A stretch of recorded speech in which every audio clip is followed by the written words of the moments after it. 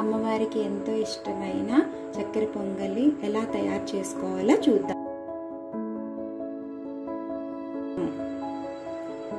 చక్కెర పొంగలికి కావలసిన పదార్థాలు బియ్యము, పెసరపప్పు, బెల్లము, ఆవు పాలు, ఫ్రూట్స్, డ్రై ఫ్రూట్స్.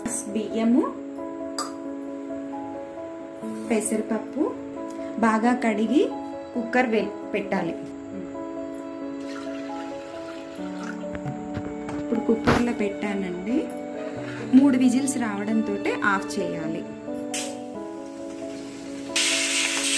ఇప్పుడు కుక్కర్ చల్లారిందండి. ఇప్పుడు కుక్కర్ చల్లారిపోయిన తర్వాత ఇలా మెత్తగా అయిపోయిన పప్పు, బియ్యము మెత్తగా అయిపోయింది కదండి. ఇప్పుడు పాలు, ఆవు పాలు పోసుకోవాలండి. ఆవు పాలలో బాగా మరగనియాలండి. మంచిగా మరగనిస్తే అప్పుడు టేస్ట్ మంచిగా వస్తుంది. ఎంత బాగా మరుగుతుంటే అంత మంచిగా టేస్ట్ వస్తుంది. ఇప్పుడు ఇట్లా బాగా మరిగింది కదండి. మరిగిన తర్వాత బెల్లం వేసుకోవాలి. బెల్లం బాగా కరిగిన తర్వాత ఇలా వస్తుంది.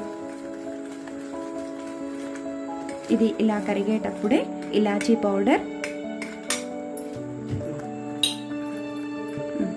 ఈ లోపల ఇది మరుగుతున్నప్పుడే వేరే ఇంకొక ప్యాన్ పెట్టుకొని ప్యాన్లో కొద్దిగా నెయ్యి వేసుకొని,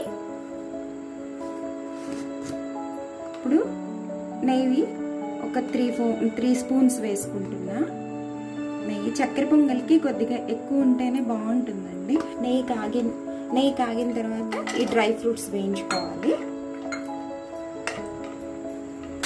ఈ పొంగలి అమ్మవారికి పాయస అన్న ప్రియ అంటారు కదండి.